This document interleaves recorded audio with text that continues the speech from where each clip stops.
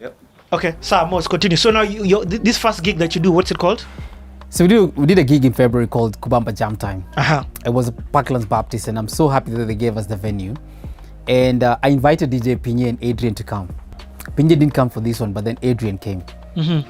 And I actually wanted Adrian to DJ. But when he came, he just sat at the back and he just watched the gig. And he told me, Moz, this was a good gig. Because there were like 3,000 young people in that gig. What? Yeah. So Kubamba's effects on radio Kubamba had become a brand. Kubamba had started becoming a brand. Mm-hmm. By the time you're able to pull 3,000 people, but then also the scene, there was not that much opportunity. No. Was Kev doing his things at Tintin? Kev were doing I think either that year is when they started doing JC's Groove. Oh, JC's Groove. Together with DJ Josh. Uh-huh. So basically, we did the gig there. It was fantastic. And now, let me fast forward to a couple of months later. We did our second one at KICC. This is still 2002? In 2002. We did our second one now at KICC at the amphitheater. And so we got the sound system from the same guys from YFC. Good setup, well done. And when we were doing the gig, the place was packed. The amphitheater was completely packed. And basically how the artists performed on that day, and when I say artists, there were not many. It was like Inashama, I think Sita were there. I think Henry Mutuku was there as well. And what happened was, I was just DJing their music and the artists would sing back to back. Yeah. And so at some point we decided to go into worship. Now, when we went into worship, and the worship is DJ'd, so Philip Kioko from Shama, did the altar call. And so guys just started coming down, young people, man, tears flowing from their eyes, young guys getting saved.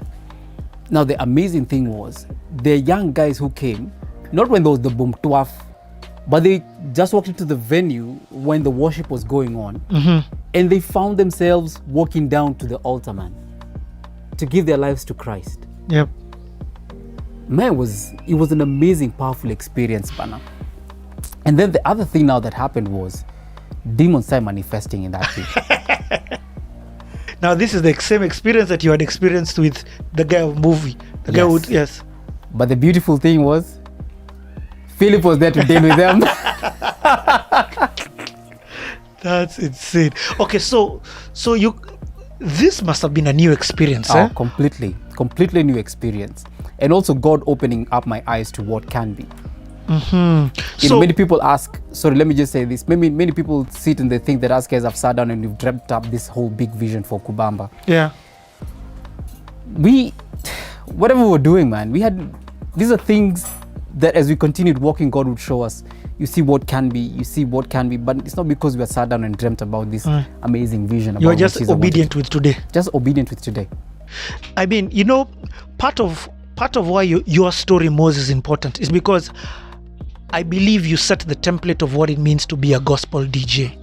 So, I think God was using your life to I mean, you are the first in this. You're not telling me about any other DJ who was in the gospel industry who you looked up to. Yeah. But other DJs who've come after you can look at you and be like, oh, so this and this is what to do. Yeah. So you're not just talking about the skills wise, because in this interview you've talked about quality of music, how to find the right music.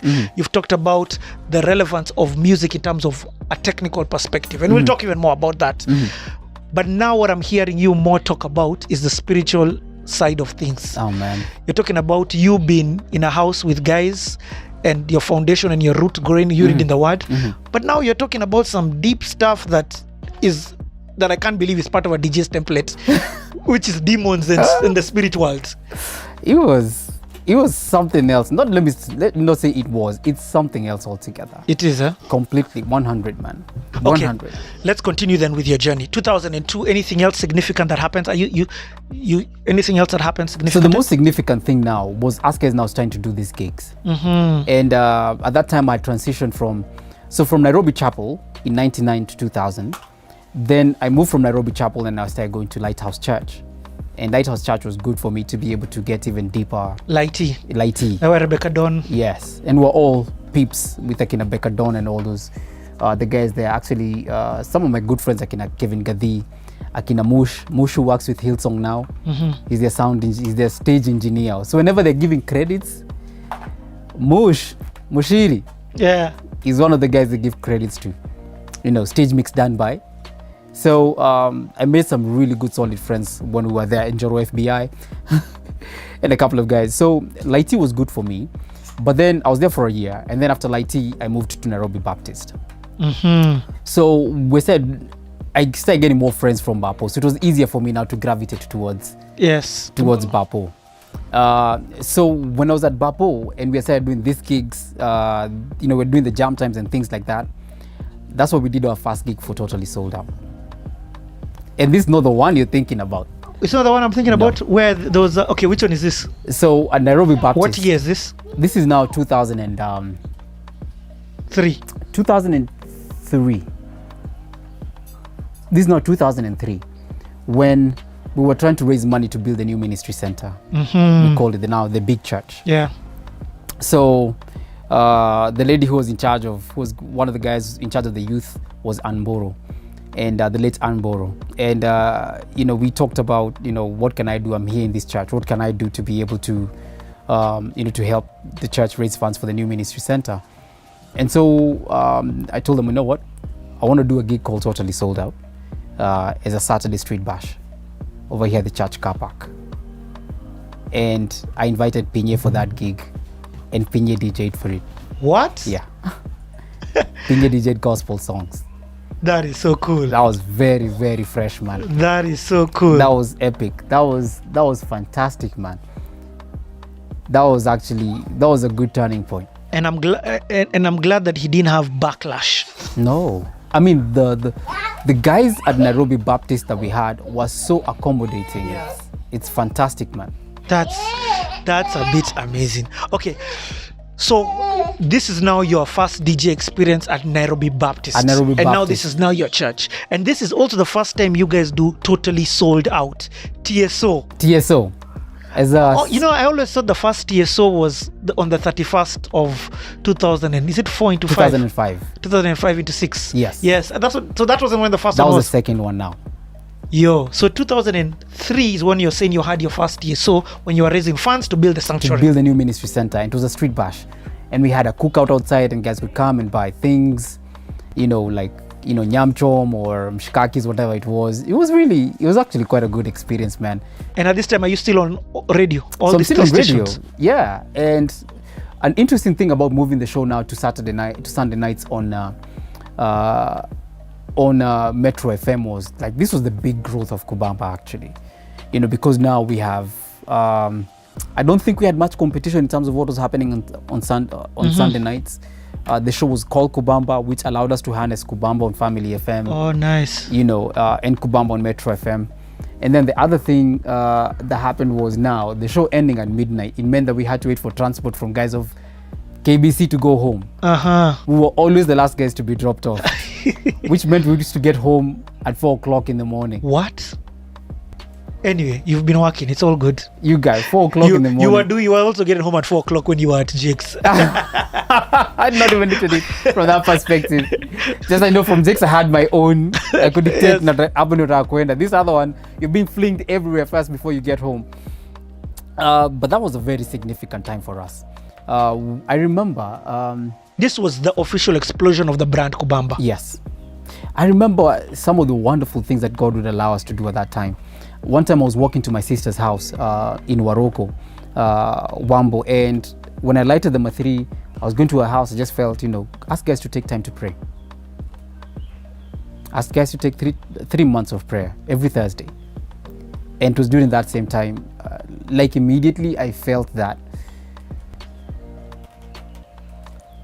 When did September 11th happen in the US? Was it 2001? Yes. September.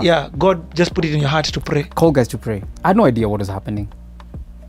Absolutely no idea. And so I asked guys, because now we had the Sunday night gig. And that same week, September 11th happened. Yeah. And that Sunday, told guys, listen, we'll be taking time out an hour every Thursday, guys, to pray. Okay. And then on that Sunday, we'll do 30 minutes of worship as the show started.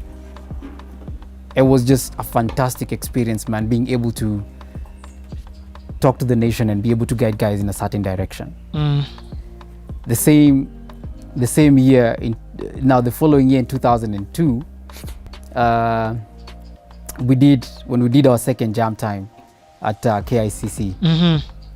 That Monday, Jam time being now your event. Our event, it was in May, just before guys went back to school. That Monday, the driver was sent to our house in Feather Estate, and he went and delivered a letter in the house. So I'd gone to Uganda to check on my guys immediately after the gig. I left for Uganda, and when I came back, I was given this letter, and basically it was being told we don't need your services anymore. By KBC? No, by family. By family? Yeah. Great experience, man. So that's now, but you still have the Metro FM? The Metro FM now continue being the main gig.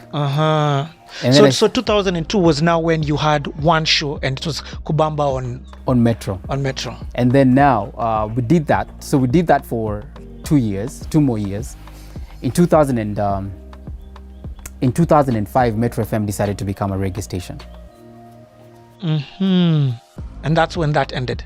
That's when we stopped working with Metro FM. So you spent how many years on Metro? About 4 years. Yo, that was a good gig. And tell me they started paying you. Time, man. Oh yeah, they started giving us some cash now. Okay, yes. We got 15 Gs. Thank you, Greg Teteadas, man. Because you are of course now a fully fledged station. Yeah. Okay, let me touch on something that I'm not hearing you talk a lot about. School ministry. Now does Kubamba start doing school ministry as Kubamba? So now, because of every year, would get more and more invitations now. So I work because of course you're on radio. We're on radio. Now we had a reference point where we could tell teachers now, hey, you can listen to us over here.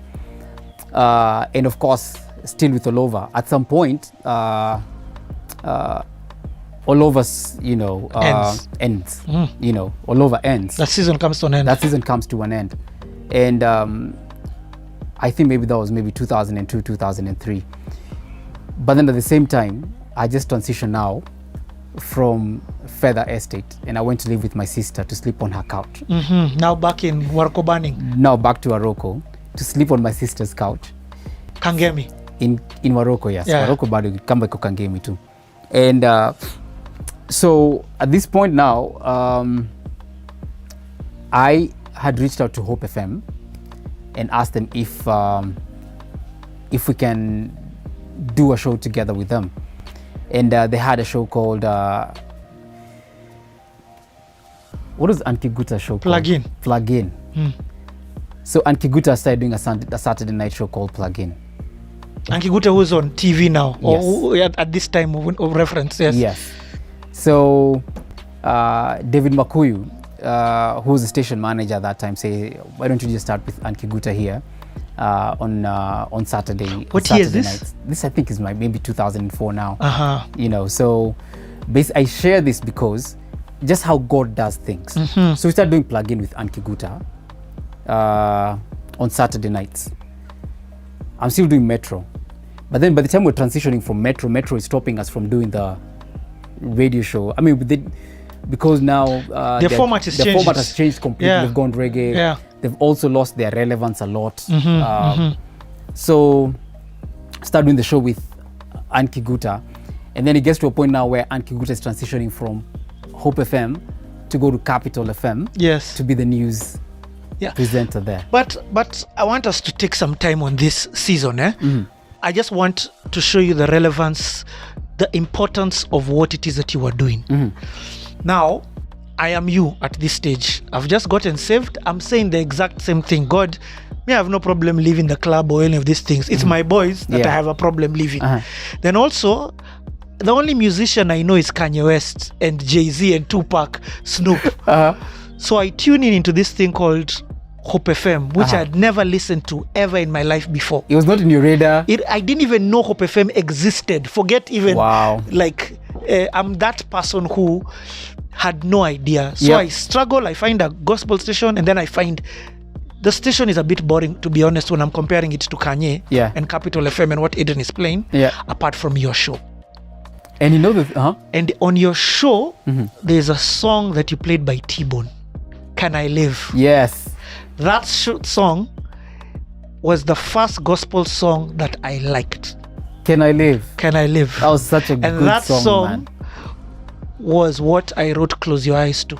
That song with a mixture again of Kanye West. Or Through the Wire. Close Your Eyes. No, that song. I'm not a business. Diamonds are forever. Hey. So, but what I'm trying to make you understand is now the impact that radio was having in terms of relevancy to somebody who was joining the faith. And think about it. When us guys are playing music on radio, you don't know who's listening to you. You know, we just have an audience in our minds. You know, like, oh man, there are all these people who are listening to me. But you know, you can't see them. You can't see them. So not like now we can do shows on Facebook and you can see, oh, Richie's listening to me. At that time you have no idea who's listening to you. And so we're busy doing these shows, and then Ace on the other end is listening, and I don't know how many other people whose lives are being changed at the same time. Exactly. So here's Nkiguta. We're doing the show together with her. And it's not just the music that's changing the life, changing our life and perception. It's also the conversations. The conversations we're having. The conversations are, so Christians are not just holy Joes who talk about the Holy Spirit. They're also funny. You know what I mean? They're also funny. Yep. They also we live life. Exactly. But it's a life that's guided and governed by the Holy Spirit. Which is important to know. They also struggle. Oh, it's not a perfection thing. I can't explain the power of that show. As a recipient, I need to sort of interject and make you understand that thing. That's why I started this conversation by giving you the roses and giving you honor, because you guys affected my history. But also now from your perspective, you have played on Family. Yep. You've been on Metro. You've been on NTV. Nation FM, sorry. And now you're coming to another Christian station, Hope FM. Hope FM. And now Hope FM are just launched, I think they launched in 2003. If I'm not wrong.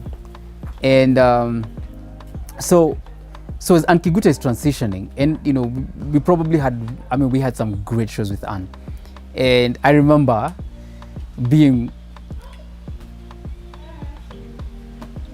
looking at Ann and hearing that she's going to Capital, and I was extremely sad and happy at the same time. You know, because I'm like, man, she's going for a better thing that she's always wanted to do, but then she's moving away from the security of guys in the faith. Yeah, I get that. But it was part of her journey. Can I be honest and real?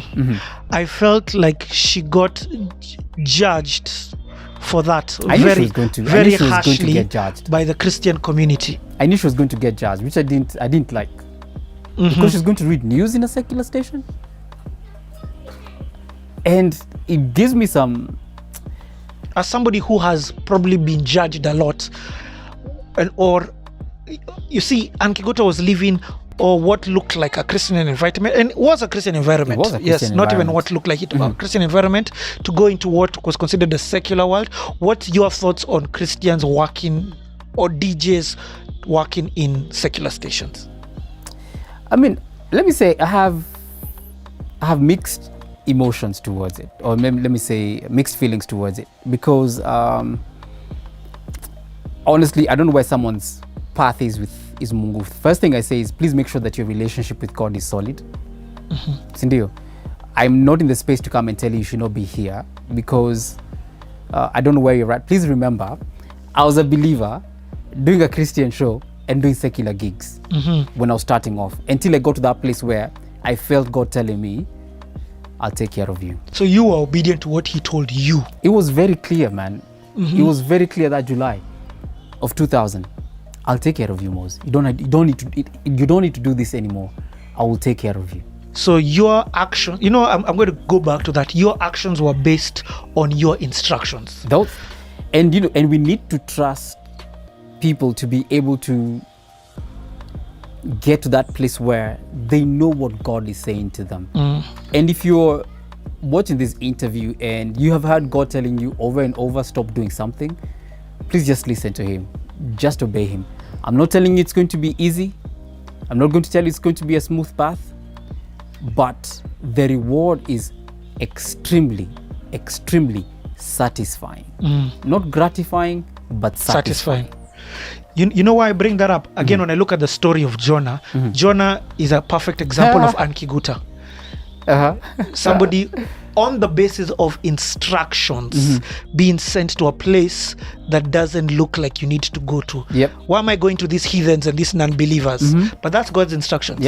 So end of day, what I've gotten from your story is you were obedient to your instructions. I needed to be in that space. And so you're asking me what happens to these guys who are working in secular spaces and they're believers. To be honest, man, I'm like, I've seen so many people in the faith, even in the Old Testament, who are working in very secular, very secular spaces. But God used them in that space. Look at Daniel, Shadrach, Meshach, and Abednego. They don't get more, it doesn't get more clear than that.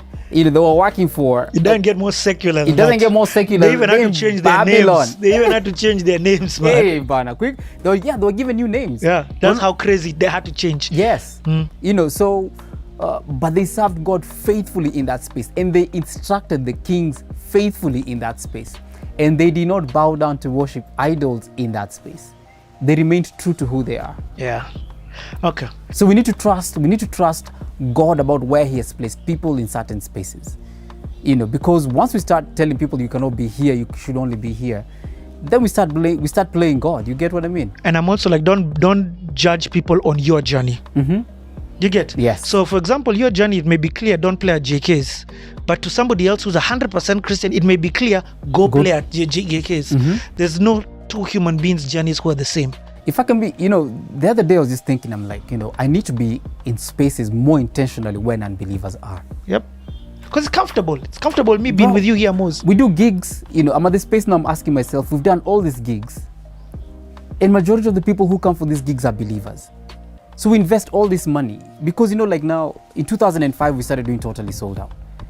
Fantastic, man. We did it at Nairobi Baptist. And let me say, Ankiguta left after 2005. And she was our MC for TSO. Okay, let's talk about this TSO. This TSO changed my life. I really believe that you need to speak about it. I'm serious, it changed my life, hands down. Bro, that was one... Anyway, our life has always been a faith journey. We don't do things because we have. I don't do things because I have. I do things because God has said, do it. Okay, so what happens? And he provides. This is the second Totally Sold Out event. This is the second that one you're now. doing. Yes. Now it's happening on New Year's Eve. It was the first event that you were ever doing at New Year's Eve. On our own. Yes. On our own. So, so in 2005, I came back in the country from the US, and I knew we need to do a gig on December 31st. Question, why had you gone to the US? I traveled to...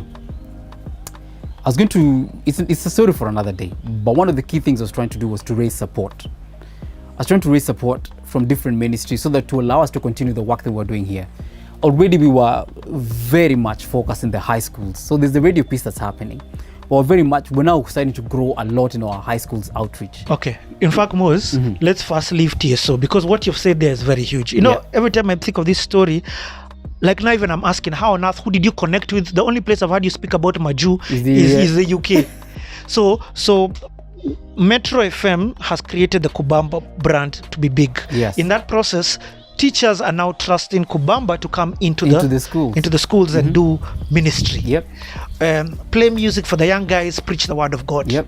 Now, how does that even connect you to the States? And who are you being connected to in the States? Wow, the States thing is another story, man. Because all my life knowing you, Moz, you've gone to the States. So I'm just asking.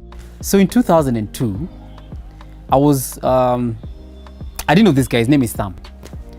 But Sam used to listen to my show on Metro. So Sam, reaches out and he's like, Moz, there's some guys who are trying to contact you. I don't even know how he got my number. There's some guys who are trying to contact you, believe here in Kawangware, so they want to launch a basketball court and they want you to DJ. Would you be willing to talk to them? And I said, yeah, sure. It doesn't hurt.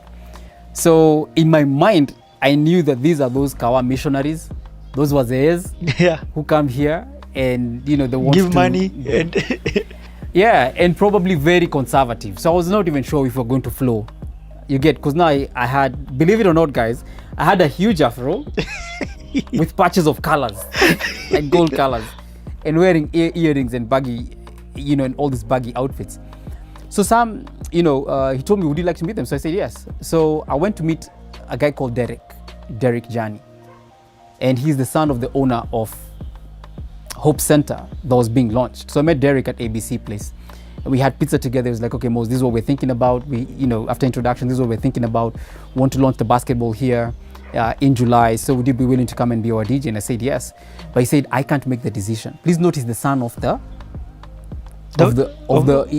owner of the Hope Center. Hope Center, by the way, we're talking about where Pastor Brian King now is. This is where church. Pastor Brian King is. So Hope Church Lavington. Yes, currently. At that time it was called Hope Center. Yes, because it was a center of hope in the middle of Kawangware. Like there's basketball, football court, Congo, all these things. Yeah, it was like smack in the middle, yani, of the hood. Yep. Sindio. So I met with Derek. Then Derek says, I can't make the decision. You need to meet the guy who's in charge of the place now, Sean. Yeah. So we planned to meet at Java ABC Place. I'd never been to Java. I don't think I'd been to Java before. So I go to meet them at Java ABC Place, and we sit down, and you know, I'm going to see these old guys who've come to launch this place, and they're all these young funky guys.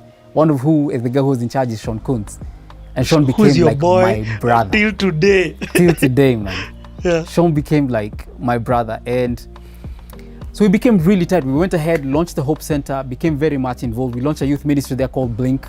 Sean is so funky, he's in a music video. Yes. Remember him and Votaries did a song together. Yes. Shot by Prince Makaya. Sean, yes, which was part of our Bible study that we used to do. A DVD Bible that study. Was too ahead anyway, go on. So now we've become tight. Sean is like now my brother. I mean, we became really tight. Sean, Jugush, myself.